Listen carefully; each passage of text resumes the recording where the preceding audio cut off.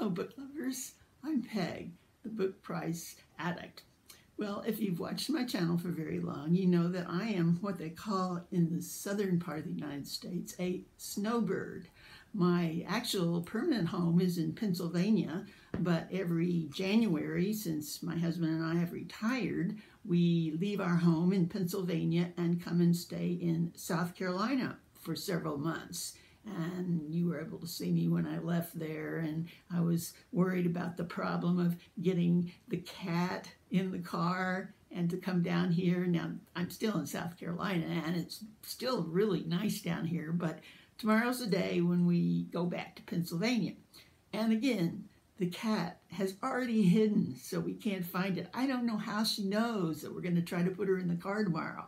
It's strange. Anyway, so we'll be leaving here. I'm hoping it won't be too cold in Pennsylvania. I've heard, listening to Steve Donahue, I feel like maybe it's just going to be cold all summer there, up there. Anyway, so I'm actually, you probably won't even be able to tell that I'm anyplace different because I sit in kind of the same kind of chair. Maybe I should take this crazy quilt that I made with me and put on the chair to go with all my crazy, stuff, jewelry, but we don't have much room in the car. Anyway, so I'll be coming back to you later in the week in a different spot. Okay, I want to catch you up quickly on some of the book prize news because there's new book prizes coming out soon that I want to talk about. So I want to kind of catch up on what's been happening in the book prize world that I've talked about before. And I'm not going to talk about the books themselves so much in these prizes, but some of the other booktubers who I've gotten to know and follow who have really helped me to appreciate these prizes a lot more. And it's been so fun to follow them this year on BookTube. So let's see. First, I want to talk about the Stella Prize. It is an Australian prize for women's, not fiction, but just women's writing. And I joined together with Leah from Hide and Seek, I believe she's called, who's an Australian, and she had lots of great things to say about it. And there's actually going to be several more Australian prizes coming up, and I really like reading their novels especially, so maybe she'll work with me again. Anyway, the winner of this was announced actually last week, and the winner of it was called Tracker. Now, this is a nonfiction work about Aboriginal man called Tracker Tilmouth, who, and it's a collective memoir, I guess, memories of other people about him. He's no longer alive. He was an Aboriginal leader and worked very hard for the Aboriginal self-determination problem.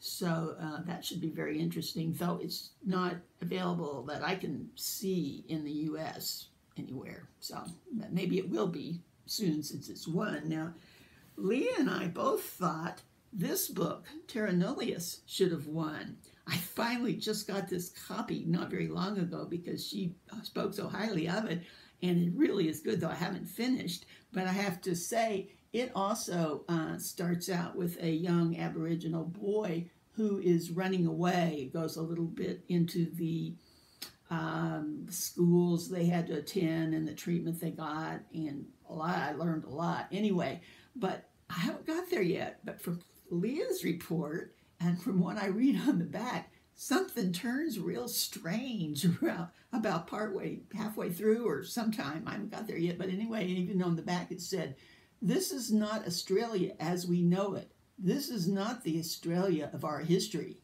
This Terra Nullius is something new, but all too familiar." So I can't wait to read the rest of it. I think maybe it's becoming a little more available. It took me forever to get it, so I want to try that. Okay, next we have the Walter Scott Prize for Historical Fiction, and the shortlist was named last week for that. I'm not going to go through each of the short list. I have a picture of the books here. These are not my books. This is from their website. I've linked all these websites below so you can learn more about them. Anyway, there's 6. And my go-to person to learn about thoughts on this prize is Mel from Mel Bookland Adventures. Anyway, Mel, I'm sure you all know who Mel is. And I kept nagging her, when you're going to talk about the short list? We want to know what you think. So yesterday she put out a great video on her thoughts about it. And she, as she said, she wanted to think about it a little bit. And it was very thoughtful commentary on them. And I'm not going to give any spoilers away, but she tells what she wants to win and why. And anyway, also another person that I think they're buddy reading some of these is Jess of Jess Garden Scriptorium. And she put out a video yesterday. She talked about several things, but on one of it, she talked about a book that did not make this list. It was about George Orwell, a man of something. Anyway, but she told they had both thought they would really like it, and she told it wasn't a bad book, but she explained really well why she thinks it didn't make the list. Jess is really good because she's a English professor, and she can really, talk in a great way to make you understand it and go into analysis and everything. So that was good. Now, I plan to read all these, and we have until June 16th for the winner. So there's lots of time. So I hope more people will read along. I think none of these are going to be real Marmite, as I call it, books where you love them or hate them. I think they're, well, I don't know. Maybe Gallows Pole will be. I don't know. Anyway, but I think they're all kind of traditionally written rather than experimental. And I would love to hear more people. If you're going to be, reading them and commenting on them, please give me a link to your channel below if I don't already know you. Now, Robert from Barter Hordes, I can't remember people's name. Anyway, Robert, he declared he was going to read them, and he has them on order. So it will be very interesting. He's also a former English teacher, and it'll be very interesting to hear his take on these. So this ought to be a fun one to follow, and we have lots of time. I think they're pretty much all available, except Sugar Money is not available in the U.S. at this time, but I'm sure it will be soon. Okay, and now we have a report on the big prize people have been talking about for months, the Women's Prize for Fiction, with its 16 book long list that people have talked about for several months now. And the short list is going to be announced on Monday, this Monday, April 23rd. And I'm not even going to, I've read some of them, but not all, and I'm not going to pick what I think will be on it. But I want to go into some of the ones I hope are on it, because and I'll tell the reviews in the BookTuber that made me want to read them. Okay, so let's see. First we have When I Hit You. It's a story of domestic abuse. I believe it takes place in India. Now, I wasn't sure at all that I wanted to read this until I saw a review by Jennifer at Insert Literary Pun here. Now, she has reviewed almost all the long lists, so I'm sure, again, that anybody that watches me knows her, and they have been great reviews. And she reviewed this just earlier this week and made a lot of points about it. She liked it as she thought it was a well-written book, even with the hard to take subject matter. So it made me want to read it to hear her talk about it like that. So thank you, Jennifer. Actually, I see she's just now put up a new one on Elmet, and I don't know if she's decided to choose the best, what her favorites or not. So it'll be interesting to see. Okay, next we have one that I hope will be on it because I want to read, well, finish anyway, The Ministry of Utmost Happiness.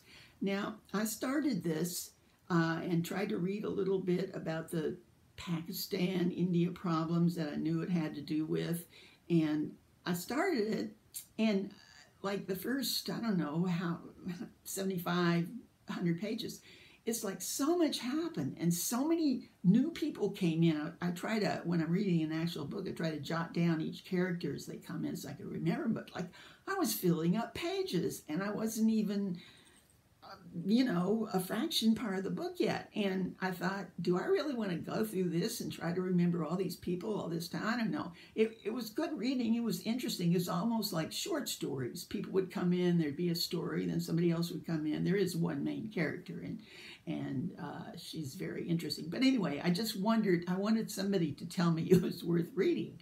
And actually, I believe Mel liked this. She read it some time ago. Sean the Book Maniac, I think, has stated he liked this. And yesterday, when Jess of Garden Scriptorium had her review, she's starting this. And again, she talked about it, gave some background, and made me want to read it again. So thanks, Jess, and hope you'll keep talking about it. Stick with me, because you make it so much more possible that I might be able to read it.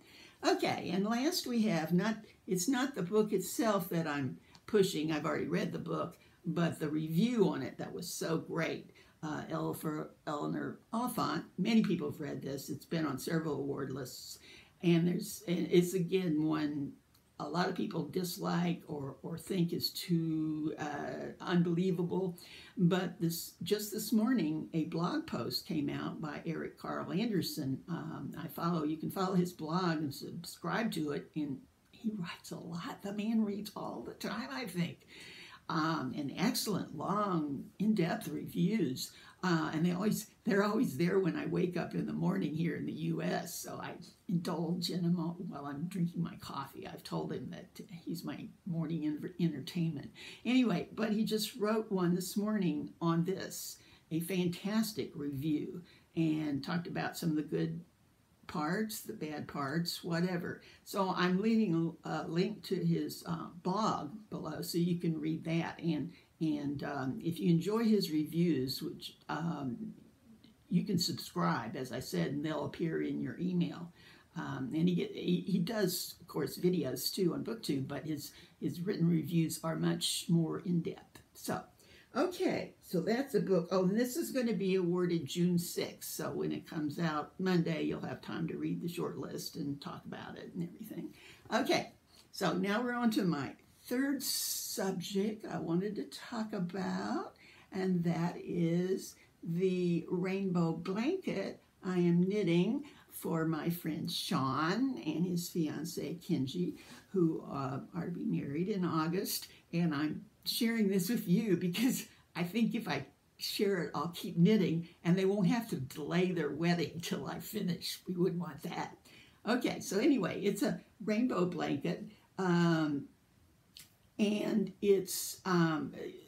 there's 10 stripes, and you can't see the dark ones very well, but it starts with kind of a burgundy red one and then goes darker and then gets lighter. So keep that in mind. I'll show you the steps. Some of you have seen all this before. There's when I first started. See that little strip? That's the burgundy strip. Here's where I finished the one strip and I started on another strip. And there's all the colors I'm going to get to. Okay. Here's where I finished 2 stripes. Oh, that's not good. Come on. 2 stripes and started on the 3rd stripe. Here's where I finished 3 stripes. Finished on the 4th one. It's a lighter blue. And dun dun dun dun. 4 stripes done. Start on the 5th stripe, and look how many colors I'm almost halfway through. So I am having a ball doing this, and I'll be doing knitting on this in the car tomorrow while listening to a book on audiobook. So the trip, as long as the cat acts okay, it'll be a great trip. So I'll see you in a few days in Pennsylvania. Bye.